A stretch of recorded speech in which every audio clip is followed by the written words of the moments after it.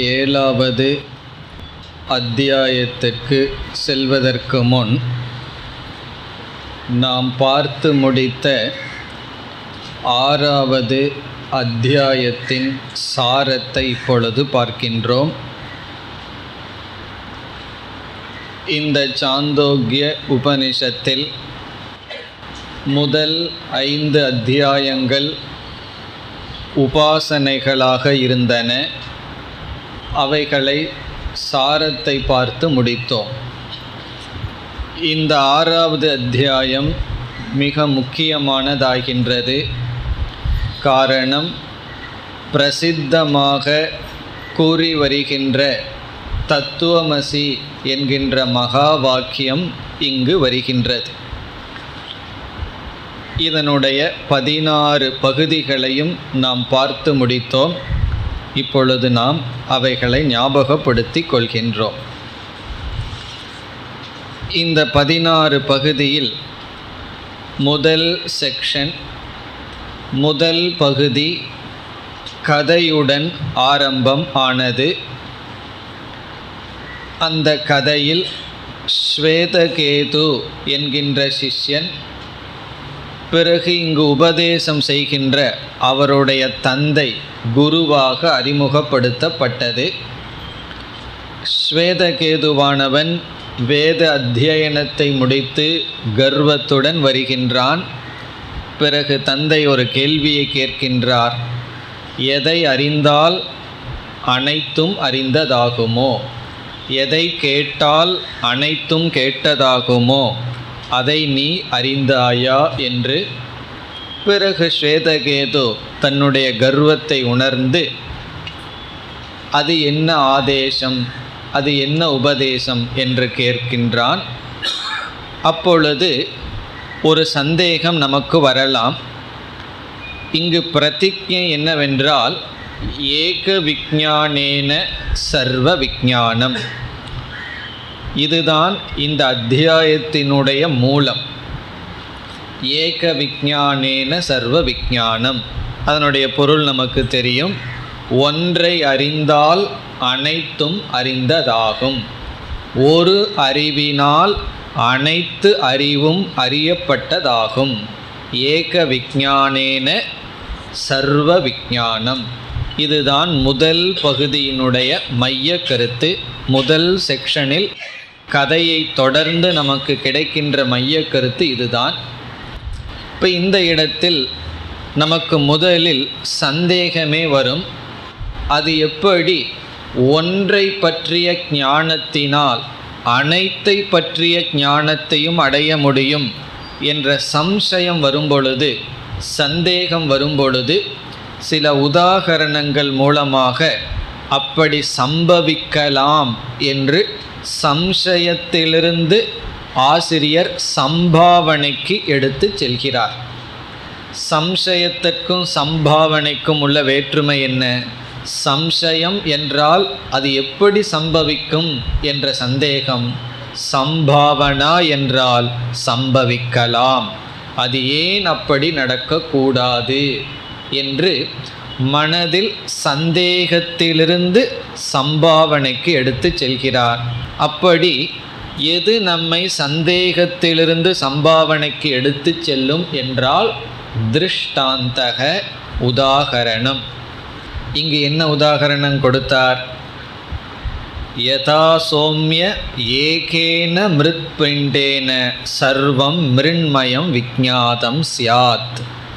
அதாவது ஒரு களிமண்ணை பற்றிய ஞானத்தினால் மிருத்பிண்டேன, மிருண்மயம் களிமண்ணினால் செய்யப்பட்ட அனைத்து பானைகளை பற்றிய அறிவு எப்படி நடக்குமோ என்று இந்த உதாகரணங்கள் மூலமாக ஒரு ஞானத்தினால் அனைத்தினுடைய அறிவும் கிடைக்க வாய்ப்பிருக்கின்றது என்ற சம்பாவனை நிலைநாட்டப்பட்டது.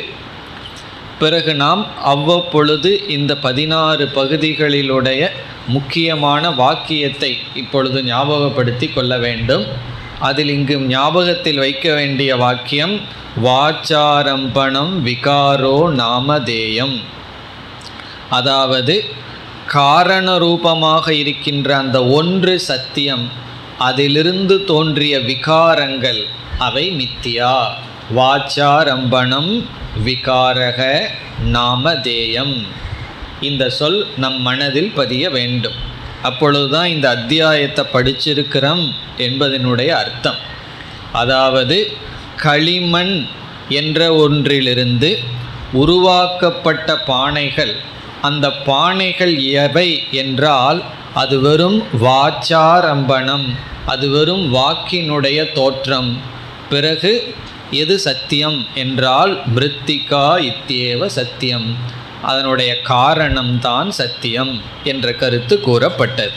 இப்போ இங்கு மித்யாவினுடைய விகாரத்தினுடைய காரியத்தினுடைய லட்சணம் கொடுக்கப்பட்டு, பிறகு ஏக விஞ்ஞானேன சர்வ விஞ்ஞானம் என்பதுடன் முதல் பகுதி, முதல் செக்ஷன் முடிவடைந்தது. இப்போ முதல் செக்ஷனில் நமக்கு கிடைப்பது கதை, அதிலிருந்து சில வேல்யூஸ், பிறகு முக்கியமான பிரதிஜ்ஞா ஏக விஞ்ஞானேன சர்வ விஞ்ஞானம், பிறகு விகாரத்தினுடைய அல்லது மித்யாவினுடைய லட்சணம். இனி இரண்டாவது செக்ஷனுக்கு வருகின்றோம். இரண்டாவது பகுதி இது இந்த 16 பகுதிகளில் முக்கியமான பகுதி இது. அதுவும் ஆரம்பம். இதில் என்ன ஆரம்பிக்கப்பட்டது? சதேவ சௌமிய இதமக்ர ஆசீத் ஏகமேவ அத்விதீயம். இதுவும் ஒரு முக்கியமான வாக்கியம். இரண்டாவது செக்ஷனில் முதல் வாக்கியம். இங்கு சத் என்ற ஒரு தத்துவம் அறிமுகப்படுத்தப்பட்டது. சத் என்பது பிரம்மத்திற்கு கொடுக்கப்படுகின்ற பெயர். ஆகவேதான் இந்த அத்தியாயத்தில் பிரம்ம வித்யாவுக்கு சத் வித்யா என்ற பெயரே வந்துள்ளது. இப்போ இங்கு நம்ம சத் வித்யான்னு சொல்வதற்கு காரணம், ஆரம்பமே சதேவ என்று சத் தத்துவம் அறிமுகப்படுத்தப்பட்டது. சத்து தான் இதற்கு முன் இருந்தது என்று சொல்லி அந்த சத்தினுடைய சொரூப லட்சணம் கூறப்பட்டது. என்ன சொரூப லட்சணம்? ஏகம் ஏவ அத்விதீயம். ஏகம் ஒன்றுதான், ஏவ அத்விதீயம். இந்த இடத்துல நம்ம பார்த்த கருத்து 3 விதமான பேதங்களுக்கு அப்பாற்பட்டது. சஜாதிய விஜாதிய ஸ்வகத பேதங்களுக்கு அப்பாற்பட்ட இந்த சத் என்ற ஒரு தத்துவம் அறிமுகப்படுத்தப்பட்டது. இப்போ இந்த அத்தியாயத்தில் வஸ்து அறிமுகப்படுத்தப்பட்ட இடம் இந்த இடம். அதை தொடர்ந்து சத் என்ற தத்துவத்தை அறிமுகப்படுத்தப்பட்டதற்கு பிறகு அனைத்திற்கும் ஆதாரம் அசத்தாக இருக்க முடியாது என்று அசத் ஆதார நிஷேதம் செய்யப்பட்டது. சத்தை அறிமுகப்படுத்தி அசத் ஆதார நிஷேதம். அசத் ஆதார நிஷேதம் என்றால் என்ன? சிலர் கூறுகிறார்கள் அசதேவ இதமக்ர ஆசீத், இவைகள் எல்லாத்துக்கும் ஆதாரம் சூன்யம், அசத் என்று. அப்படி இருக்க முடியாது, அனைத்திற்கும் ஆதாரம் சத்து தான் என்று சூன்யவாத நிஷேதம் அல்லது அசத் ஆதார நிஷேதம் செய்யப்பட்டது. பிறகு அடுத்த கருத்து இங்கு வந்தது. இரண்டாவது பகுதியில் சிருஷ்டியானது அறிமுகப்படுத்தப்பட்டது. சிருஷ்டியினுடைய அறிமுகம். இதில் இந்த ரெண்டாவது செக்ஷன்லேயே சிருஷ்டியினுடைய அறிமுகம் ஆரம்பமானது. இப்போ இந்த இடத்துல நாம் ஞாபகம் வைத்து கொள்ள வேண்டியது, ஏன் சிருஷ்டி இந்த படைப்பானது அறிமுகப்படுத்தப்பட்டது என்றால், இங்கு பிரதிஜ்ஞை என்ன? ஒன்றை அறிவதனால் அனைத்தையும் அறிந்ததாகும். அது எப்பொழுது சம்பவிக்கும் என்றால், அந்த ஒன்று காரணமாக இருந்தால் அந்த ஒன்றிலிருந்து வந்த அனைத்தும் அறிந்ததாகிறது. இந்த ஒன்றை அறிந்தால் மற்ற அனைத்தையும் அறிந்ததாகுங்கிறது அந்த ஒன்று காரணமாக இருந்தால்தான் இந்த வாக்கியம் சரியாகும். ஆகவே இப்பொழுது உபனிஷத் என்ன செய்தாக வேண்டும்? அறிமுகப்படுத்தப்பட்ட அந்த சத் காரணம் என்று கூறியாக வேண்டும். காரணம், அந்த சத் பிரம்ம காரணமாக இருந்து அதை அறிந்தால்தான் அதிலிருந்து தோன்றிய இவைகள் அனைத்தையும் அறிந்ததாகும். ஆகவே அந்த சத் பிரம்ம காரணம் என்று அறிமுகப்படுத்த இந்த சிருஷ்டியானது அறிமுகப்படுத்தப்பட்டது. எப்படி இந்த சிருஷ்டி அறிமுகப்படுத்தப்பட்டது என்றால், அந்த சத் பிரம்மன் ஐக்ஷத, அது ஆலோசனை செய்தது. இப்போ இருக்கின்ற அந்த சத் பிரம்மன் ஆலோசனை செய்து என்ன செய்ததாம்? பகுஸ்யாம் பிரஜா ஏய, நான் என்னையே பலவாக ஆக்கிக் கொள்வேனாக என்ற சங்கல்பத்தை செய்தது. இப்போ இந்த வாக்கியத்திலிருந்து நமக்கு கிடைப்பது, அந்த சத் பிரம்மனே நாம் அனுபவிக்கின்ற இந்த உலகத்துக்கு நிமித்த காரணம், அந்த சத் பிரம்மனே தானே பலவாக ஆவேனாக என்று சொல்வதிலிருந்து உபாதான காரணம். அந்த சத்பிரம்மனே நிமித்தமாகவும் சத்பிரம்மனே உபாதானமாகவும் இருந்தது என்று அபின்ன நிமித்த உபாதான காரணமாக சத்பிரம்மன் அறிமுகப்படுத்தப்பட்டது. பிறகு நமக்கு ஒரு சந்தேகம் வரலாம், எப்படி நிர்குணமான சத்பிரம்மன் இவைகளுக்கு ஆதாரமாக இருக்க முடியும் என்ற கேள்வி வரும்பொழுது, அப்பொழுது நாம் மாயா என்ற தத்துவத்தை அறிமுகப்படுத்தினோம். பிரம்மனிடம் இருக்கின்ற மாயா என்ற ஒரு சக்தியினால் அது ஆலோசனை செய்து தானே பலவாக ஆனது என்ற பகுதி வந்தது. அதை தொடர்ந்து 3 பூதங்களினுடைய சிருஷ்டி இங்கு பேசப்பட்டது. பொதுவாக மற்ற உபனிஷத்துக்களில் எல்லா இடங்களிலும் பஞ்சபூதங்களை நாம் பேசுவோம். ஆனால் சாந்தோக்கியத்தில் மட்டும் ஒரு விசேஷம் என்னவென்றால், ஆகாசம் விடப்பட்டு விட்டது, காற்று விடப்பட்டு விட்டது. ஆகாசம் வாயுவை விட்டு அக்னியிலிருந்து ஆரம்பித்து அக்னி, நீர், ஆபக, பிருத்திவி என்று 3 சூக்ஷ்மமான பூத சிருஷ்டியானது தோற்று வைக்கப்பட்டது. இது எதுவரை? 2வது செக்ஷன் வரை. அதாவது இன்றைக்கி நம்ம இந்த 16 செக்ஷனில் என்ன நடந்ததுன்னு அப்படியே ஞாபகப்படுத்த போகிறோம். அப்பொழுது தான் இந்த முழு அத்தியாயம் மனதில் நிற்கும். இப்போ முதல் செக்ஷனில் கதை ஏக விஞ்ஞானேன சர்வ விஞ்ஞானம், 2வது செக்ஷனில் சத் தத்துவத்தின் அறிமுகம், பிறகு அந்த சத் தத்துவம் காரணம் என்று அறிமுகம், அதை தொடர்ந்து சிருஷ்டி. அந்த சிருஷ்டியில் 3 பூதங்களினுடைய சூக்ஷ்மமான பூத சிருஷ்டி. அதுவும் எப்படி அந்த சத் தத்துவமே தேஜஸாக மாறியது, தேஜஸாக இருக்கின்ற சத்தத்துவம் ஆபக நீராக மாறியது, நீர் சொரூபமாக இருக்கின்ற சத்தத்துவம் அன்னம் பிருத்திவியாக மாறியது என்று 3 பூதங்களாக சூக்ஷ்ம பூதங்களாக வடிவெடுத்தது என்றவரை 2வது செக்ஷன் முடிவடைந்தது. இனி நாம் 3வது செக்ஷன் 3வது பகுதிக்கு வருகின்றோம். இப்போ இதில் ஸ்தூல ஷரீர சிருஷ்டி பேசப்பட்டது, நம்முடைய ஷரீரங்களினுடைய சிருஷ்டி பேசப்பட்டது. உண்மையில் சிருஷ்டியில் ஒரு கிரமம் இருக்கின்றது. ஆனால் உபனிஷத் அந்த கிரமப்படி பேசவில்லை. பொதுவான கிரமம் என்னவென்றால், சூக்ஷ்மமான பூதங்கள் படைக்கப்பட்டு சூக்ஷ்மமான பிரபஞ்சம் படைக்கப்பட்டு பிறகு சூக்ஷ்மமான சரீரங்களெல்லாம் படைக்கப்பட்டு ஸ்தூல பூதங்கள் படைக்கப்பட்டு ஸ்தூல சரீரங்கள் படைக்கப்படும். அந்த ஆர்டர் படி உபனிஷத் செல்லவில்லை, மாறி மாறி வருகின்றது. இப்போ 3வது செக்ஷனில் முதலில் ஸ்தூல சரீரங்கள் தோன்றின என்று சொல்லப்பட்டது. அதற்கு பிறகு 3வது செக்ஷனில் மீண்டும் ஒரு முக்கியமான வாக்கியம் வந்தது.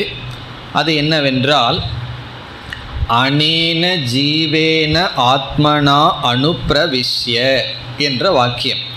அனேன ஜீவேன ஆத்மனா அனுப்பிரவிஷ்ய. அது என்ன என்றால், இந்த சிருஷ்டியை நாம் இரண்டாக பிரிக்கின்றோம். என்னெல்லாம் படைக்கப்பட்டதோ அது இரண்டாக பிரிக்கப்படுகின்றது. ஒன்று போக்ய பிரபஞ்சம், அனுபவிக்கப்படுகின்ற ஜட பிரபஞ்சம்.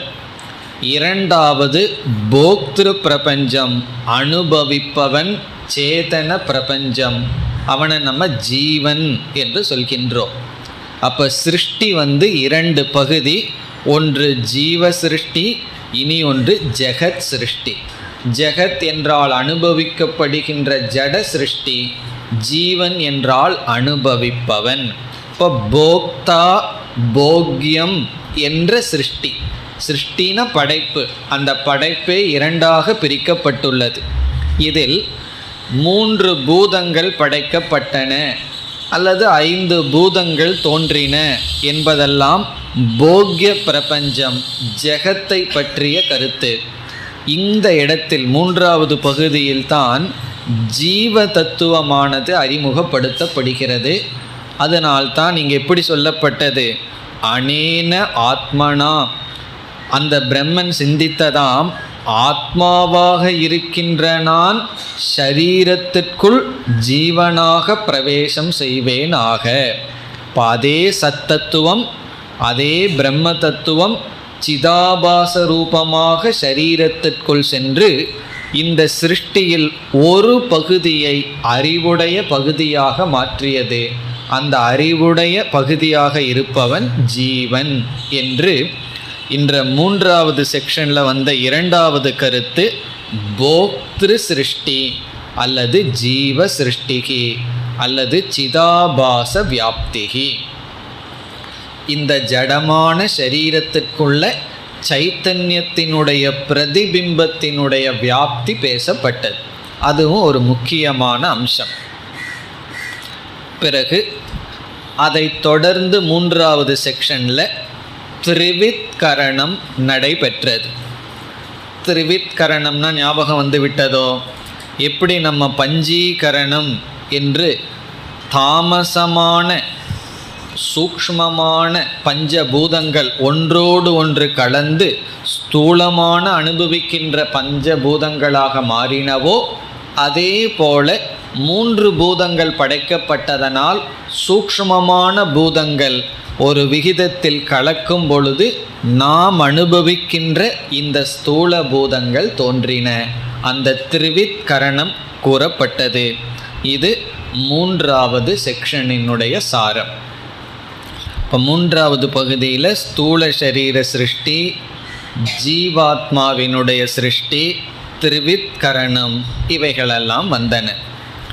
இனி நாம் 4வது பகுதிக்கு வருகின்றோம். 4வது செக்ஷன். இதில் எப்படி ஒவ்வொரு ஸ்தூல பூதத்திலும் அனைத்து பூதங்களும் கலந்துள்ளன என்ற கருத்து பேசப்பட்டது. ஒரு ஸ்தூல பூதத்துக்குள்ள மற்ற பூதங்களெல்லாம் கலந்துள்ளன என்ற கருத்து பேசப்பட்டது. இப்போ இந்த திரிவித்கரணம் என்று எடுத்துக்கொண்டால், நம்ம பார்க்கின்ற அக்னியில் பாதி அக்னி தத்துவமும் மற்ற 2 பூதங்களினுடைய கால் பகுதியும் இருக்கின்றது. காரணம் என்ன? ஸ்தூல பூதங்கள் என்பது மற்ற பூதங்களினுடைய சேர்க்கை. மற்ற பூதங்கள் சேர்ந்தவுடன் அது ஸ்தூல பூதம் ஆகின்றது. அந்த கருத்து இங்கு பேசப்பட்டது. அப்படி ஒரு ஸ்தூல பூதத்தை நாம் எடுத்துக்கொண்டு அதில் இருக்கின்ற சூக்ஷ்ம பூத அம்சத்தை கொடுத்து விட்டால் அங்கு என்ன இல்லை? ஸ்தூல பூதம் என்ற ஒரு தத்துவமே இருக்காது. நம்ம அவியல்னு ஒன்று சாப்பிட்றோம், அதில் இருக்கிற ஒவ்வொரு வெஜிடபிளையும் எடுத்து பிரித்து வச்சிட்டோம்னா அவியல்னு சொல்கிற ஒரு பதார்த்தமே அங்கு எப்படி இருக்காதோ, அப்படி ஸ்தூல பூதத்தை எடுத்துக்கொண்டு அதில் இருக்கின்ற சூக்ஷ்ம பூத அம்சத்தை கொடுத்து விட்டால் அங்கு ஸ்தூல பூதம் என்று இருக்காது. இதைத்தான் அபவாதம் என்று கூறப்படுவது. இந்த அபவாதம் 4வது பகுதியில் வந்த ஒரு முக்கியமான கருத்து. இப்போ ஒரு சாம்பிள் அபவாதம் இங்கு செய்யப்பட்டது. அபவாதம்னா என்ன? ஒன்றை அறிமுகப்படுத்தி பிறகு அதை நீக்குதல். இப்போ 3 பூதங்கள் அறிமுகப்படுத்தப்பட்டு பிறகு ஸ்தூல பூதங்கள் எல்லாம் அறிமுகப்படுத்தப்பட்டது. இந்த ஸ்தூல பூதத்தில் அக்னி தத்துவம் எடுத்துக்கொள்ளப்பட்டது. இந்த அக்னி தத்துவத்தில் இருக்கின்ற சிவப்பு, கருப்பு, பிறகு வெண்மை என்ற நிறங்களெல்லாம் உதாகரணமாக எடுத்துக்கொள்ளப்பட்டு அதில் இருக்கின்ற பகுதிகளை நீக்கி சூக்ஷ்ம பூதங்கள் தான் சத்தியம் என்று சொல்லப்பட்டது. உண்மையில் அபவாதம் எப்படி செய்ய வேண்டும் என்றால், எந்த கிரமத்தில் அத்தியாரோபம் நடந்ததோ அந்த கிரமத்தின்படி அபவாதம் செய்ய வேண்டும். ஆனால் இங்கு உபனிஷத் உதாகரணத்திற்கு ஒரு அபவாதம் செய்தது. என்ன அபவாதம் என்றால், ஸ்தூல பூதங்களெல்லாம் சூக்ஷ்ம பூதங்களில் ஒடுக்கப்பட்டது. ஸ்தூல பூதங்கள் கிடையாது, இருக்கிறது சூக்ஷ்ம பூதங்கள் தான். பிறகு நம்ம எப்படி அபவாதத்தை புரிஞ்சுக்கணும்? அந்த சூக்ஷ்ம பூதங்கள்லேயே படிப்படியாக போகணும். பிருத்திவி தத்துவம் கிடையாது, இருக்கிறது நீர்தான். நீருங்கிறது கிடையாது, தேஜஸ் தான். தேஜஸ்ங்கிறது கிடையாது, சத் தத்துவம் தான்னு சத்துங்கிற மூல காரணத்திற்குள் நாம் செல்ல வேண்டும். இப்போ 4வது செக்ஷனில் ஒவ்வொரு ஸ்தூல பூதங்களுக்குள்ளும் சூக்ஷ்ம பூதங்கள் தான் இருக்கின்றன என்று கூறி, ஸ்தூல பூதங்கள் எல்லாம் கிடையாது. அதில் முக்கியமான சொல் அக்னேகே அக்னித்துவம் அபாகாத், அக்னியினுடைய அக்னித்துவம் சென்று விட்டது. த்ரீணி பூதானி இத்யேவ சத்தியம் வாச்சாரம்பணம் விகாரோ நாமதேயம் என்றெல்லாம் அங்கு அபவாதம் செய்யப்பட்டது.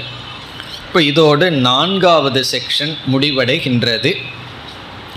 இந்த 4 செக்ஷனில் இவ்விதம் டெவலப்மெண்ட் படிப்படியாக வந்தோம்.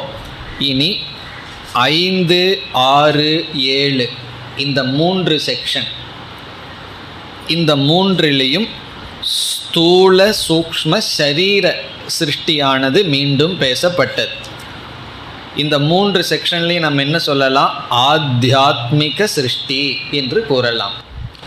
ஆத்தியாத்மிக சிருஷ்டி என்றால் ஸ்தூல சூக்ஷ்ம சரீர சிருஷ்டி.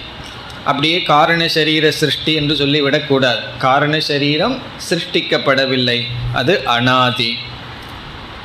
இப்போ இந்த ஆத்தியாத்மிக சிருஷ்டி எவ்விதத்தில் கூறப்பட்டது என்றால், இங்கும் சில கிரமங்கள் இருக்கின்றது, அவைகள் விடப்பட்டு விட்டது. இங்கு நாம் உட்கொள்கின்ற இந்த அன்னமானது 3ஆக பிரிக்கப்பட்டது.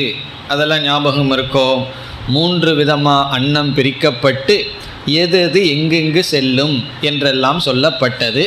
இப்போ இந்த 3 செக்ஷனில் முக்கியமான பகுதி என்னவென்றால், அன்னமயம் சோம்ய மனக, ஆப்போமயக பிராணக, தேஜோமயி வாக். இந்த 3 வாக்கியங்கள் தான். அன்னமயம் மனக, அதாவது நாம் உட்கொள்கின்ற உணவினுடைய ஸ்தூல பகுதி வெளியே விடுகின்றது. அதனுடைய ஸ்தூலத்தை விட சற்று சூக்ஷ்மமான பகுதி தசைகளாக உடம்பாக மாறுகின்றது. நாம் உட்கொள்கின்ற உணவினுடைய சூக்ஷ்மமான பகுதி மனதை உருவாக்குகின்றது, அல்லது நம்முடைய மனதினுடைய குணத்துக்கு காரணமாகிறது என்று நம்ம மனதை நாம் உட்கொள்கின்ற உணவு எப்படி இன்ஃப்ளூயன்ஸ் செய்யும், எப்படி அதை நிர்ணயிக்கும் என்ற கருத்து பேசப்பட்டது. அதுதான் அன்னமயம் ஹி சோம்ய மனக, அன்னமயம் மனம். பிறகு தண்ணீரானது பிராணமயமாக இருக்கின்றது, ஆப்போமயக பிராணக. நாம் எவ்வளவு தண்ணீர் குடிக்கின்றோமோ அந்த அளவுக்கு நமக்கு பிராணசக்தி, உடலில் சக்தியானது இருக்கின்றது, ஆப்போமயக. தேஜோமயி வாக், தேஜஸ் தத்துவம் என்பது நெய் முதலியவைகள், அவைகள் நமக்கு வாக் சக்தியை கொடுக்கின்றது, வேத அத்தியனம் செய்ய பேசும் சக்தியை கொடுக்கின்றது என்ற விதத்தில் இங்கு ஸ்தூல சூக்ஷ்ம சரீரங்களை பற்றிய விசாரம் நடைபெற்றது. இவ்விதம் முதல் செக்ஷனில் ஆரம்பித்து 7வது செக்ஷன் வரை, 1லிருந்து 7 வரை ஜெகத் ஜீவ சிருஷ்டி, சத்தத்துவ அறிமுகம், ஏக விஞ்ஞானேன சர்வ விஞ்ஞானம், இந்த கருத்துக்கள் எல்லாம் பேசப்பட்டது. இனி நாம் 8வது செக்ஷனுக்கு வர்றோம். இங்கே தான் தத்துவமசி என்ற மகா வாக்கியம் அமைந்துள்ளது.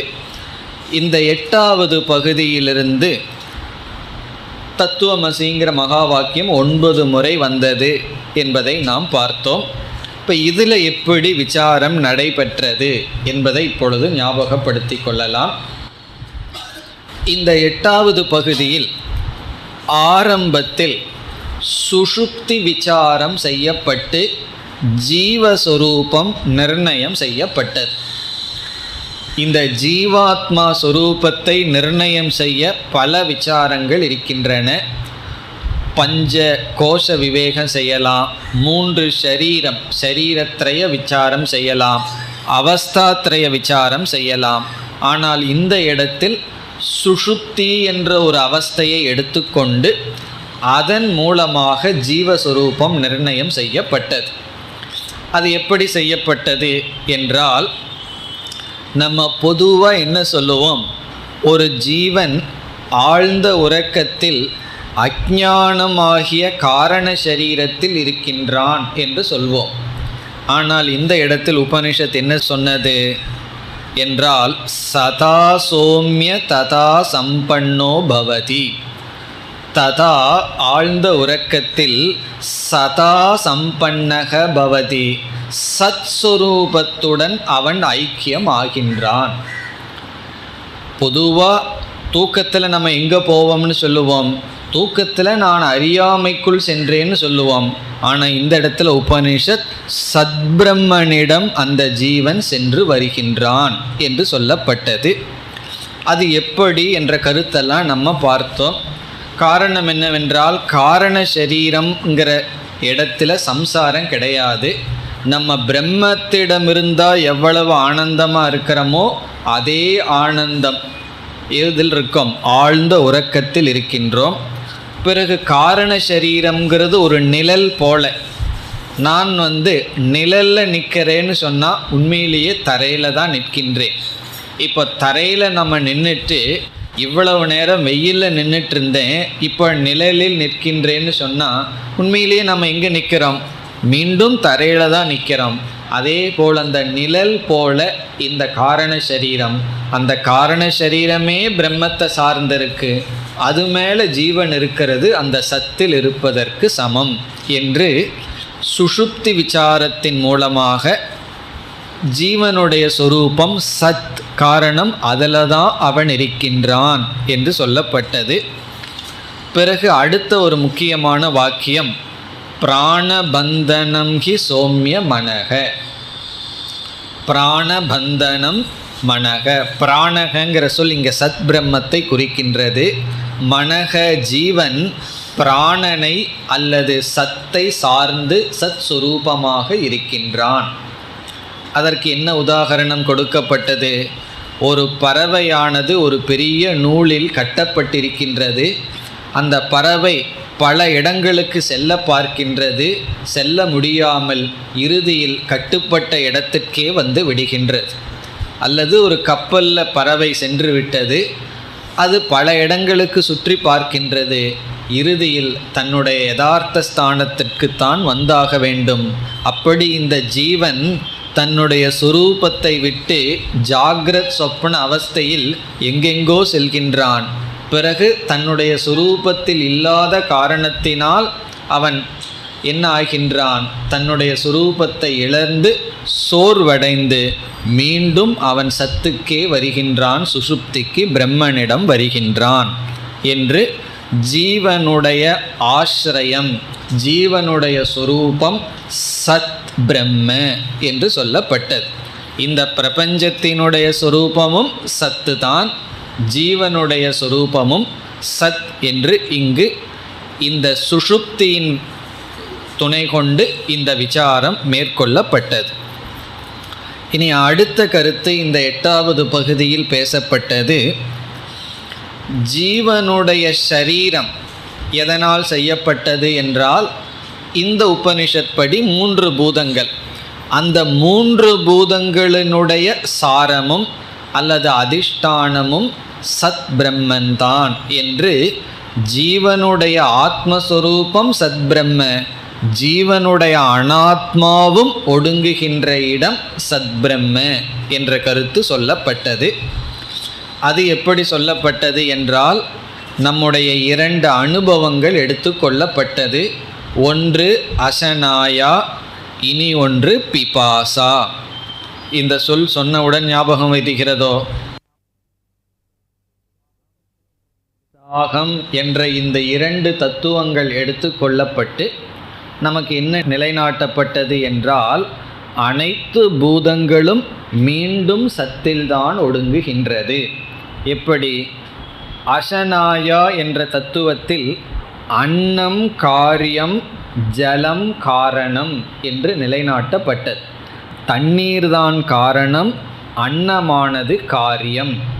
எப்படி என்றால், இந்த ஜலம்தான் உணவை ஜீரணித்து, ஸ்தூலமான உணவை ஜீரணித்து நமக்கு பசியை உண்டு செய்கிறது. இப்போ இந்த பசியை உண்டு செய்வதற்கு காரணமாக இருப்பது ஜலம், காரியமாக இருப்பது அன்னம். இனி பிபாசா என்ற பகுதியில் இந்த இடத்துல ஜலம் காரியமாகிறது, தேஜஸ் தத்துவம் காரணமாகிறது.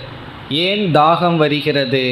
உடலில் இருக்கின்ற உஷ்ணமானது தண்ணீரை வற்ற வைத்து விடுகின்றது. அப்போ தண்ணீருங்கிற காரியத்தை நீக்கி உஷ்ணமானது தாகத்தை உண்டு செய்வது என்ற கருத்தின் அடிப்படையில் தேஜஸ் காரணம் என்று சொல்லப்பட்டு, இங்கு 3 சொற்கள், முக்கியமான சொற்கள் வந்தது.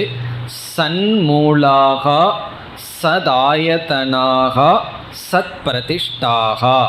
இந்த 3 முக்கியமான சொற்கள். சன்மூலாகா இமா பிரஜாகா. இந்த அனைத்து பிரஜைகளும் அவர்களுடைய உடலாகட்டும் அல்லது சிதாபாசமாகட்டும் ஆத்மஸ்வரூபமாகட்டும் சத்தையே மூலமாக கொண்டுள்ளது. சதாயதனாகா, சத்தையே ஸ்திதி காரணமாக கொண்டுள்ளது. சத் பிரதிஷ்டாகா, சத்தையே லய காரணமாக கொண்டுள்ளது என்று இந்த 3 முக்கியமான சொற்களுக்கு பிறகு நமக்கு மகா வாக்கிய மந்திரம் வந்தது. இப்போ இந்த 8வது பகுதியில் சுஷுப்தி விசாரம், அசனாயா பிபாசா விசாரம், பிறகு சன்மூலாகா, சதாயதனாகா, சத் பிரதிஷ்டாகா, பிறகு கடைசியாக நம்ம பார்த்த மந்திரம் எது? 7வது மந்திரம். முதல் முறையாக இந்த தத்துவமசி என்ற சொல் வந்தது. சய ஏஷோனிமா ஐததாத்மியமிதம் சர்வம் தத் சத்யம் ச ஆத்மா தத்துவமசி. இந்த வாக்கிய ஞாபகத்தில் இருக்கோ? ச ஏஷக அனிமா. இப்போ இந்த இடத்துல நாம் எப்படி பார்த்தோம் என்றால், 5ஆக பிரித்து விசாரத்தை செய்தோம். எப்படின்னா, முதல்ல அனிமா என்ற கருத்தை எடுத்துக்கொண்டோம். சக ஏஷக அனிமா, மிக மிக சூக்ஷ்மமானது இந்த சத் ஸ்வரூபம். காரணம் என்ன? பல காரணம் பார்த்தோம். ஒரு பொருளுக்கு குணம் குறைய குறைய அது சூக்ஷ்மமாகும், குணத்தை நாம் சேர்க்க சேர்க்க ஸ்தூலமாகும். இது நிர்குணமாக இருப்பதனால் அதி சூக்ஷ்மமானது அனிமா. அடுத்தது ஐததாத்மியம். ஐததாத்மியம்ங்கிற கருத்தில் நம்ம பார்த்தது இந்த ஜெகத் மித்யா, பிரம்ம அல்லது இந்த சத்தானது தான் சத்தியம். இந்த இடத்துல ஆத்மான சாரக, இந்த அனைத்துக்கும் சாரமாக இருக்கிறது சத் என்ற பிரம்ம தத்துவம். பிறகு இவைகளெல்லாம் என்ன என்றால், இவைகளெல்லாம் அந்த சாரத்தின் மீது ஏற்றி வைக்கப்பட்ட நாம ரூபங்கள். ஐததாத்மியம், அனிமா, ஐததாத்மியம், சத்தியம். சத்தியம்ங்கிற சொல்லுக்கு நம்ம 2 கருத்து பார்த்தோம். ஒன்று எல்லா காலத்திலும் இருப்பது, இனி ஒன்று அபாத்தியம், நீக்கப்படாதது. இந்த சத்து என்பது சத்தியம், நீக்கப்படாதது. அடுத்ததாக ஆத்மா. ஆத்மாங்கிற இடத்துல சைத்தன்யம்னு பொருள் பார்த்தோம், சித் என்று பொருள் பார்த்தோம். சூக்ஷ்மமாக இருக்கின்ற, சாரமாக இருக்கின்ற, சத்தியமாக இருக்கின்ற இந்த சைத்தன்ய சொரூபம். இந்த சைத்தன்ய சொரூபம் சத்தானது. சரி, இவ்வளவும் இருக்குது, எனக்கு என்னங்கிற சந்தேகம் வரலாம். சூக்ஷ்மமாக இருக்கட்டும், அனைத்துக்கும் சாரமாக இருக்கட்டும், சத்தியமாக இருக்கட்டும், அறிவு சுரூபமாக இருக்கட்டும், இப்படி சூக்ஷ்மமான, சாரமான, சத்தியமான, அறிவு சுரூபமான தத்துவம் என்ன சொன்னார்? துவம் தது துவம், நீயாக இருக்கின்றாய், அதுதான் நீ, அசி இருக்கின்றாய் என்று இந்த துவம் என்ற சொல்லில் நேரடியான மகா வாக்கியம் செய்யப்பட்டது. இந்த இடத்துல துவங்கிற இடத்துல நம்ம என்ன புரிஞ்சுக்கிறோம்? இந்த சரீரத்தை எல்லாம் நீக்கி இப்படிப்பட்ட சுரூபம்தான் நான். இப்போ துவங்கிறத அகம்னு கன்வெர்ட் பண்ணிக்கிறோம், நான்னு புரிந்து கொள்கின்றோம். இப்போ நான்கிறது யார் என்றால் இங்கு சொல்லப்பட்ட அதிசூக்ஷ்மமான, அனைத்திற்கும் சாரமாக இவைகளெல்லாம் இருக்கின்றதோ அதற்கு சாரமே நான் தான். பிறகு சத்தியமான அறிவு சுரூபமாக இருக்கின்ற நான் இப்படி இருக்கின்றேன். இப்படி இருந்தேனா, இருக்க போவேனா, அல்லது இருந்து கொண்டிருக்கின்றேனா? அசி இருக்கின்றாய் எப்பொழுதும். முன்ன இருந்தேன், இப்போ அப்படி இல்லை, அப்படி கிடையாது. அல்லது பிறகு இப்படி இருக்க போகின்றேன் என்றும் கிடையாது. இந்த அசி என்ற இடத்துல இருக்கின்றேன் என்று இந்த நிகழ்காலத்திலேயே இந்த உபதேசம். பிறகு கடைசியாக இந்த இடத்துல இனி ஒன்றும் பார்த்தோம். இந்த தத்துவமசி என்பது இது சீரியஸான முக்கியமான உபதேசமா அல்லது இது கவுனமா? இப்போ அவன் சிங்கத்தை போலன்னு சொல்கிறோம். உண்மையிலேயே அவன் சிங்கம்னு சொன்னால் அது சிங்கத்துக்கு உதாகரணமாக சொல்கிறோம். சிங்கத்துக்கிட்ட இருக்கிற சில தைரியங்கிற குணம் அவனிடம் இருக்கிறது. அப்படி கவுனமாக பேசுகிறோமா அல்லது ஒரு உற்சாகத்திற்காக ஸ்துதி வாக்கியமாக? சில சமயம் நீயே இந்திரன், நீயே கர்ணன்னு சொல்லுவோம். அதனுடைய அர்த்தம் என்னென்னா ஒரு புகழ்ச்சிக்காக. அப்படி ஜீவாத்மாவை பார்த்து நீயே பிரம்மன்னு புகழ்கின்றதா என்றெல்லாம் விசாரம் செய்து நம்ம சொன்னோம். இது உபனிஷத் சீரியஸாக பேசுகிற வாக்கியம். ஒரு ஜோக்குக்கோ அல்லது ஸ்துதி செய்வதற்கோ அல்லது கம்பேர் பண்ணுறதுக்கோ சொல்வதல்ல.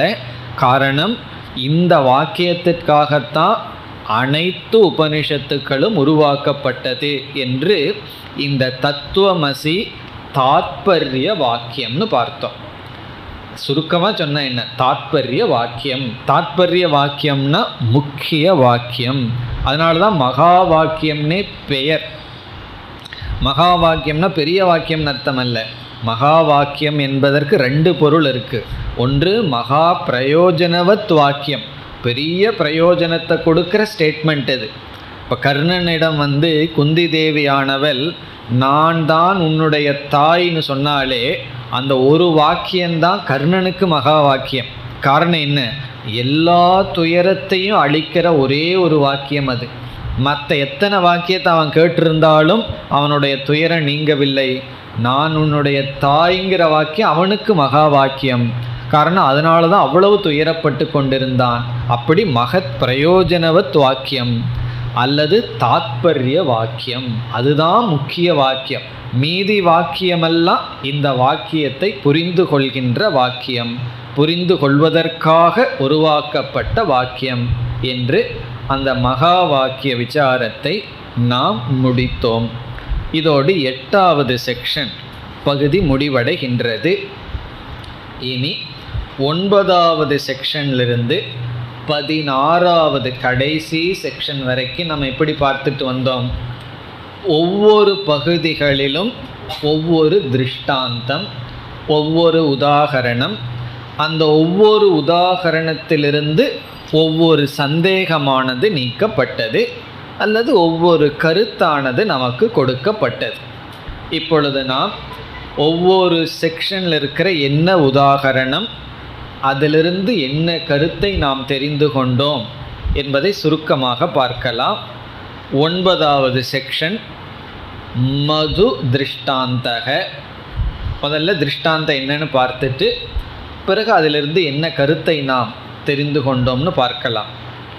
மது திருஷ்டாந்தக. மது திருஷ்டாந்தம்னு என்ன?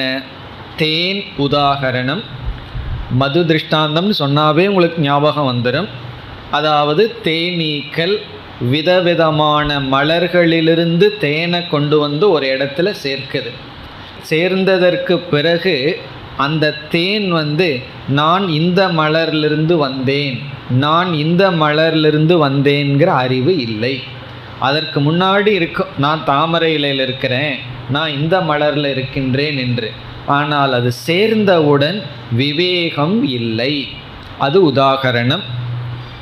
இந்த உதாகரணத்திலிருந்து கூறிய கருத்து என்ன என்றால், நமக்கு வந்த சந்தேகம் என்ன? எல்லா ஜீவனும் பிரம்மனிடம் சென்றால் நான் பிரம்மனிடம் சென்றுள்ளேங்கிற அறிவு ஏன் இல்லை? நம்மெல்லாம் தூக்கத்தில் பிரம்மங்கிட்டத்தான் போயிட்டு வந்தோம்னா யார் நான் பிரம்மன் இடத்துல போயிருக்கேன்னு சொல்கிறார்கள் உறக்கத்தில்? அந்த அவிவேகம் ஏன் என்றால் பதில் ஏகி பாவாத். பிரம்மனிடம் செல்லும் பொழுது அவரவர்கள் அவரவர்களாக இல்லை, தனித்தன்மையை இழந்து விடுகிறார்கள். எல்லா ஜீவர்களும் அந்த தனித்தன்மையை இழந்து விடுகின்ற காரணத்தினால் அவர்கள் தனியாக இருந்தாத்தேன நான் அங்கு நானாக இருந்தால் நான் பிரம்மங்கிட்ட இருக்கேன்னு சொல்ல முடியும். அங்கே போகும் பொழுது நான் நானாக இல்லை. அதே போல இந்த தேன் அதனுடைய தனித்தன்மையை இழந்துவிட்ட காரணத்தினால் நான் இந்த மலரை சார்ந்தவன் என்று சொல்ல முடியாது. பிறகு இதில் இனியொரு கருத்து, அது இந்த உதாகரணத்தில் பொருந்தி வராது. அதையும் உபனிஷத் சொன்னது. ஆனால் இவன் தூக்கத்திலிருந்து வெளியே வரும் பொழுது இவன் இவனாகவே வெளியே வருகின்றான். ஆனால் அந்த தேனை வெளியே எடுத்தோம்னா தனியாக எடுக்க முடியாது. இப்போ அந்த இடத்துல உதாகரணத்தை சேர்த்தி கொள்ளக்கூடாது. ஆனால் உபனிஷத்து இங்கே என்ன சொன்னது? இவன் தூக்கத்திலிருந்து வரும்பொழுது அதே ஜீவனாக வருகின்றான். காரணம் என்ன? அஞ்ஞானம் கர்ம இருப்பதனால். இவனுக்கு அஞ்ஞானம் இருக்குது, கர்மமும் இருக்குது. அஞ்ஞானம் இருக்கிறதுனால இவனுடைய கர்ம வசத்தினால் அவன் அவனாகவே வருகின்றான். வியாக்ரோவா சிங்கோவா மசகோவா அப்படின்னெல்லாம் சொல்லுது. புலி புலியாக எந்திரிக்குது, சிங்கமாக எந்திரிக்கிறது, கொசுவாக எந்திரிக்கிறது, மனிதன் மனிதனாக எழுந்திருக்கின்றான். பிறகு அடுத்தது 10வது செக்ஷனில் நதி திருஷ்டாந்தக. 10வது செக்ஷனில் நம்ம பார்த்தது நதி திருஷ்டாந்தக. நதி திருஷ்டாந்தம்னா இங்கும் இதே போல்தான் கடலிலிருந்து தோன்றிய நீர்கள் பல நதிகளாக மாறின. அந்த நதிகள் மீண்டும் கடலுக்குள் செல்கின்றது. இப்போ இந்த இடத்துல நதிகளெல்லாம் தனித்தன்மையுடன் இருக்கின்றது. கங்கைனா அதிக பியூரிட்டி, யமுனை காவேரி என்று ஒவ்வொரு நதிக்கும் தனித்தன்மை இருக்கின்றது. ஆனால் கடலுக்குள் சென்று விட்டால் அந்த தனித்தன்மை இழக்கப்படுகிறது. பிறகு ஒன்றான கடலிலிருந்து தான் வேறான நதிகள் வந்தன. இந்த உதாரணத்தை சொல்லி இதிலிருந்து நமக்கு என்ன கருத்து சொல்லப்பட்டது என்றால், சென்ற பகுதியில் சொன்ன அதே கருத்து தான். இவன் பிரம்மனிடமிருந்து வந்தால் ஏன் நான் பிரம்மனிடமிருந்து வந்தேன் என்று தெரிவதில்லை.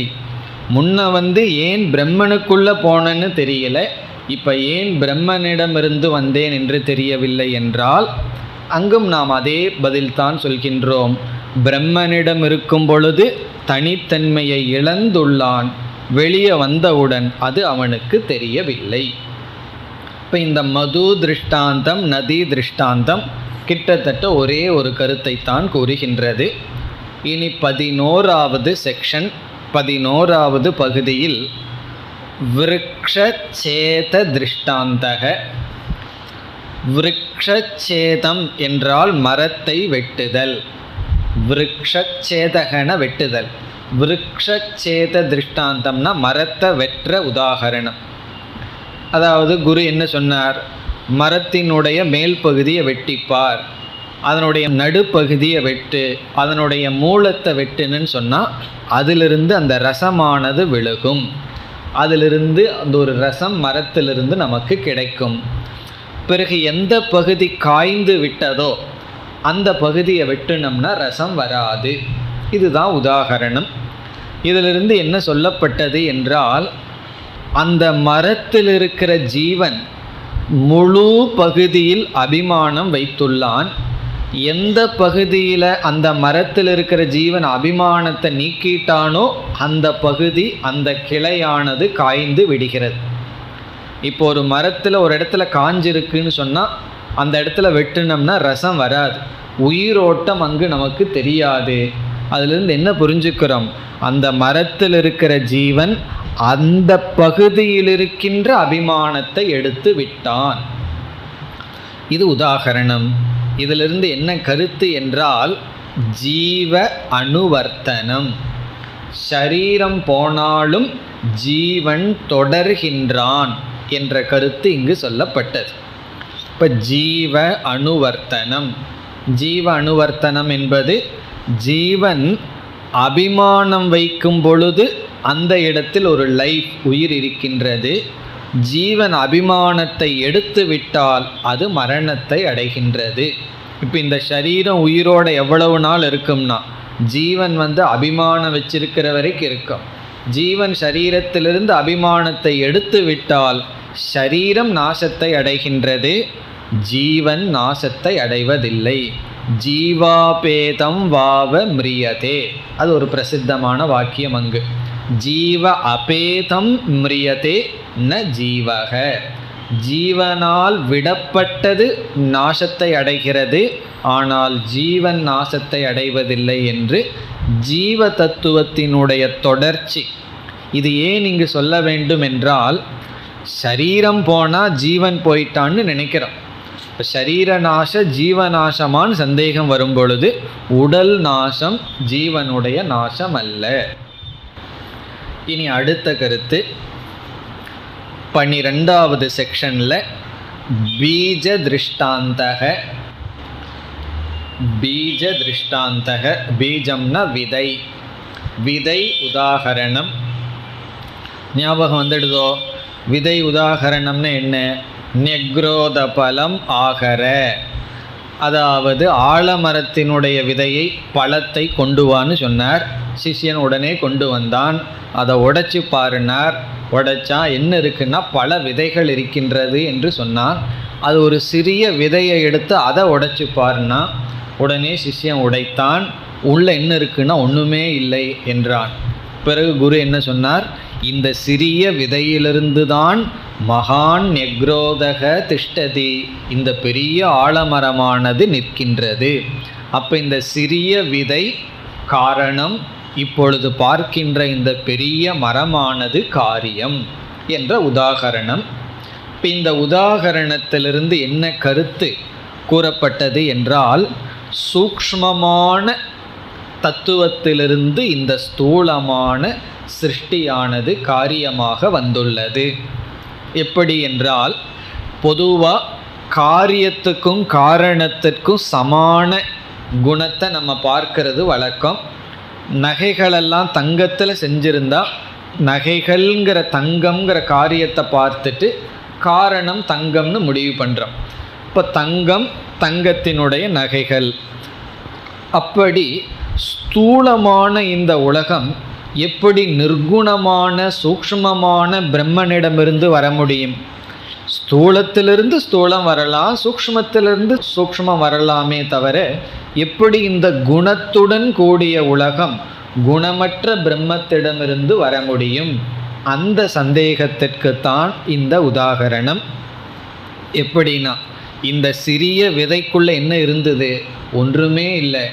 எப்படி இந்த சிறிய விதையிலிருந்து இந்த ஸ்தூலமான மரம் வந்ததோ அப்படி, அதாவது சூக்ஷ்மமான ஆத்ம தத்துவத்திடமிருந்து ஸ்தூலமான இந்த சிருஷ்டி தோன்றியது. இப்போ இந்த இடத்துல என்ன தேவை என்றால், ஒரு வேல்யூ இங்கு சொல்லப்பட்டது, ஸ்ரத்தஸ்வ சோம்ய. இந்த இடத்துல உனக்கு ஸ்ரத்தை வேண்டும், நம்பிக்கை வேண்டும் என்ற பண்பு கூறப்பட்டது. அது ஞாபகம் வந்துடுதோ? ஸ்ரத்தை தேவை என்று ஸ்ரத்தையை பற்றி விசாரம் செய்தோம். உண்மையிலேயே எந்த இடத்துல ஸ்ரத்தை என்றால், அறிவை கொடுக்கும் கருவியில் ஸ்ரத்தை இருக்க வேண்டும். அறிவில் ஸ்ரத்தை வேண்டாம். அறிவு விட்டால் ஸ்ரத்தையினுடைய தேவையே இல்லை. அறிவு வர்றதுக்கு முன்னாடி ஸ்ரத்தைங்கிறது தேவை. அதுவும் எதில் ஸ்ரத்தை? அறிவை கொடுக்கும் கருவியில் என்று அறிவை கொடுக்கும் கருவியில் ஸ்ரத்தை தேவை என்ற வேல்யூ சொன்னதற்கு பிறகு அடுத்த 3 செக்ஷன் அடுத்த செக்ஷன் எல்லாம் இந்த பிரமாணத்தை பற்றி, அறிவை கொடுக்கும் கருவியை பற்றிய விசாரம் வந்தது. 13வது செக்ஷனுக்கு இப்பொழுது சென்றால் 12ல் பீஜ திருஷ்டாந்தக, 13ல் லவண திருஷ்டாந்தக. லவண திருஷ்டாந்தம்னா என்ன? லவணம்னா உப்பு. உப்புன்னு சொன்ன உடனே உங்களுக்கெல்லாம் ஞாபகம் வந்துடும் அந்த கதை. என்ன சொன்னார் குருவானவர்? ஒரு டம்ளர் தண்ணியை கொண்டு வா, அதில் உப்பை போடு, நல்லா கலக்கி விடு, காலையில் கொண்டு வா அந்த தண்ணியை, பிறகு இதில் உப்பு இருக்கான்னு பாருனார். இவன் பார்த்தான், உப்பு கிடையாது, உப்பு தெரியல. பிறகு அவன் சுவைத்து பார்த்தான், உப்பு இருந்தது. எப்படி சுவைச்சு பார்த்தான்? மேலே கீழே மத்தியில் எல்லா இடத்துலையும் சுவைச்சு பார்த்தான், உப்பு அதில் இருந்தது. இதுதான் உதாகரணம். அதாவது தண்ணீரில் உப்பை போட்டு கலக்கி பிறகு பார்த்தா உப்பு தெரியல, சுவைத்து பார்த்தால் தெரிந்தது. இவ்வளவுதான். இதிலிருந்து என்ன கருத்து பேசப்பட்டது என்றால், இந்த செக்ஷன் அடுத்த செக்ஷன் இந்த 2லேயும் ஒரு முக்கியமான கருத்து பேசப்பட்டது. அது என்னவென்று இப்பொழுது சுருக்கமாக ஞாபகப்படுத்தி கொள்ளலாம். ஒரு பொருள் இருக்கின்றது, ஒரு பொருள் விளங்குகின்றது. எக்ஸிஸ்டன்ஸ் இருத்தல், பாதி விளங்குதல், எக்ஸ்பிரஷன் அது விளங்குதல்னு 2 தத்துவம் இருக்கு. ஒரு பொருள் இருக்கு அஸ்தி, இனி ஒரு பொருள் பாதி விளங்குகின்றது. பொதுவாக இந்த 2ம் சேர்ந்து இருக்கும். ஒன்று இருந்தால் அது விளங்கும். ஆனால் சில சமயம் ஒரு பொருள் இருக்கு அது விளங்கவில்லை என்றால் உடனே நம்ம இல்லைன்னு சொல்லக்கூடாது. ஒரு பொருள் விளங்கவில்லை என்றால் அது ஒரு ஞானத்தை கொடுக்கும் கருவியில் விளங்காமல் இருக்கும், இனியொரு ஞானத்தை கொடுக்கும் கருவியில் விளங்கும். இப்போ ஒரு பிரமாணத்தில் விளங்காமல் இருக்கலாம், இனியொரு பிரமாணத்தில் விளங்கலாம். இந்த தண்ணீரில் இருக்கிற உப்பு கண்ணுக்கு விளங்கலை, ஆனால் நாக்குக்கு விளங்கியது. அதே போல பிரம்மன் எனக்கு 5 இந்திரியத்துக்கும் விளங்கலைன்னு சொன்ன உடனே நான் இல்லைன்னு முடிவு செய்யக்கூடாது. காரணம் என்ன? கண்ணில் பார்த்தேன், காதில் சுவைச்சு பார்த்தேன், எங்கேயும் பிரம்மத்தை பார்க்கலையே, உடனே இப்படி ஒரு பிரம்மன் இல்லைன்னு முடிவுக்கு வர வேண்டாம். காரணம் என்ன? ஒரு பிரமாணத்தில் விளங்கவில்லை என்றால் இல்லைன்னு சொல்லாதே. நீ இல்லைன்னு சொல்ல வேண்டுமென்றாலும் பிரமாணத்தை பயன்படுத்தி ஆகணும். அதனால் இல்லை என்று சொல்லாதே. உனக்கு அறிவு இருந்தால் தெரியவில்லை என்று சொல். தெரியலினா தெரியலின்னு சொல்லு. இல்லைன்னு சொல்வது ஒரு அறிவு. இல்லைங்கிற அறிவு அடைஞ்சதற்கு பிறகு சொல்லலாம், அப்படி சொல்லக்கூடாது. அப்படி என்றால் இந்த பிரம்மத்துக்கு என்ன பிரமாணம்? அடுத்த 14வது செக்ஷன் கந்தார திருஷ்டாந்தக. கந்தார திருஷ்டாந்தகனா ஞாபகம் வருதோ? ஒருவனை கந்தாரங்கிற இடத்திலிருந்து கண்ணை கட்டி கையை கட்டி காட்டில் விட்டாச்சு. அவன் என்னுடைய இடம் எங்கேன்னு தேடுகின்றான். குருவானவர் அவனுடைய கண்ணை அவிழ்த்து விட்டு கந்தாரங்கிற இடத்தை காட்டுகின்றார். இவன் அந்த இடத்துக்கு சௌகரியமாக சென்று அடைகின்றான். அப்போ இதில் எப்படி ஒருவர் கருணையுடைய ஒருவர் கண்ணை திறந்து விட்டு திசையை காட்டினாரோ அப்பொழுது இவனுடைய யதார்த்த ஸ்தானத்திற்கு செல்ல முடிந்ததோ அதுபோல குரு சாஸ்திரம் பிரம்மத்துக்கு பிரமாணம். இப்போ இந்த உதாகரணத்தில் கொடுக்கப்படுகின்ற கருத்து ஆச்சாரியக சாஸ்திரம், ஆசிரியரும் சாஸ்திரமும் பிரம்மத்தை அறிந்து கொள்ள பிரமாணம். இங்கே நம்ம விளக்கமாக பார்த்தோம், எது எதற்கு ஒப்பிடப்பட வேண்டும் என்கிற கதையெல்லாம் பார்த்தோம்.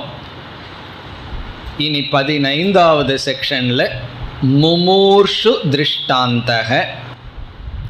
முமூர்ஷு திருஷ்டாந்தக. முமூர்ஷு என்றால் இறக்க போபவன், சாக போகிறவனுடைய உதாகரணம். மரணப்படுக்கையில் படுத்திருக்கின்றான். உறவினர்களெல்லாம் என்ன தெரியுதான்னு கேட்கிறார்கள்.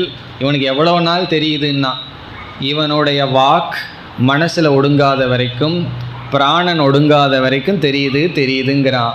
ஒடுங்கியதற்கு பிறகு அவன் ஒன்றையும் அறிவதில்லை. இதுதான் முமூர்ஷு திருஷ்டாந்தம். இந்த முமூர்ஷு திருஷ்டாந்தத்திலிருந்து விதேக முக்தியானது பேசப்படுகிறது. விதேக முக்தி, ஒருவன் சரீரத்தை விட்டதற்கு பிறகு ஞானி மீண்டும் சரீரம் எடுப்பதில்லை. இந்த விதேக முக்தி 14வது செக்ஷன் கடைசியிலேயே ஆரம்பிச்சாச்சு. இந்த 14வது செக்ஷனில் ஒரு வார்த்தை ரொம்ப முக்கியம், ஆச்சாரியவான் புருஷோ வேத. அதை தொடர்ந்து அடுத்த பகுதி ரொம்ப முக்கியம், அதை நம்ம பார்த்தோம். யாவன்ன விமோக்ஷியதே தாவன்ன விமோக்ஷியதே என்று இவன் எவ்வளவு காலம் காத்துட்ருக்கான்னா, தாவதேவ சிரம் யாவன்ன விமோக்ஷியதே, அவ்வளவு காலம்தான் டிலே. இவன் காத்து கொண்டிருக்கின்றான் இந்த சரீரம் போக வேண்டும் என்று. அப்படி ஞானி அஞ்ஞானி இருவருடைய மரணமும் ஒன்றுதான். மரணமடைகிற விதத்தில் ஞானியினுடைய மரணமும் அஞ்ஞானியினுடைய மரணமும் ஒன்று தான். ஆனால் ஞானி இறந்ததற்கு பிறகு பிறப்பதில்லை, அஞ்ஞானி பிறக்கின்றான். இனி கடைசியாக 16வது செக்ஷன், தப்த பரசு திருஷ்டாந்தக. தப்த பரசு, தப்த பரசு திருஷ்டாந்தம்னா இங்கேயும் நம்ம பார்த்தோம், அந்த காலத்தில் யார் திருடன்னு கண்டுபிடிக்கிறதுக்கு ஒரு சூடான இரும்பு கம்பியை வைப்பார்கள். அந்த இரும்பு கம்பியை பிடிச்சா திருடனுக்கு என்ன ஆகும்? சுட்டு விடுகின்றது. திருடாதவன் அது சுடுவதில்லை. இந்த உதாகரணத்திலிருந்து ஜீவன் முக்தி சொல்லப்பட்டது. இதனுடைய கருத்து என்ன? அஞ்ஞானியும் இந்த உலகத்துக்குள்ளே போகிறான், ஞானியும் இந்த உலகத்துக்குள் செல்கின்றான். ஞானிக்கு இந்த உலகம் துயரத்தை கொடுப்பதில்லை, அஞ்ஞானிக்கு துயரத்தை கொடுக்கிறது. ரெண்டு பேரும் தீய பிடிக்கிறார்கள். திருடனை அது சுடுது, திருடாதவனை அது சுடுவதில்லை. அதுபோல் இந்த உலகம் சமம். ஞானிக்கு துக்க காரணம் இல்லை, அஞ்ஞானிக்கு துக்க காரணம். இப்போ இதிலிருந்து என்னன்னா, ஞானியானவன் இதே உலகத்தில் வாழ்கின்றான், இந்த ஞானத்தினால் பாதுகாக்கப்பட்டு ஜீவன் முக்தனாக இருக்கின்றான். அஞ்ஞானி பந்தப்படுகின்றான். இப்படி ஜீவன் முக்தனாக இருக்கின்ற ஞானி இறந்ததற்கு பிறகு பிறப்பதில்லை, அது விதேக முக்தி. இவ்விதம் 9லிருந்து 16வது செக்ஷன் வரைக்கும், இதில் எல்லா செக்ஷன்லேயும் அந்த மகா வாக்கிய மந்திரம் வந்தது. ஒவ்வொரு உதாகரணத்தை சொல்லி ஒவ்வொரு சந்தேகம் நீக்கப்பட்டது. இதுதான் 6வது அத்தியாயத்தினுடைய சாரம். நாம் அடுத்த வகுப்பில் 7வது அத்தியாயத்திற்குள் செல்லலாம். ஓம் பூர்ணமத பூர்ணமிதம் பூர்ணாத் பூர்ணமுதச்யதே பூர்ணஸ்ய பூர்ணமாதாய பூர்ணமேவாவசிஷ்யதே. ஓம் சாந்தி சாந்தி சாந்தி.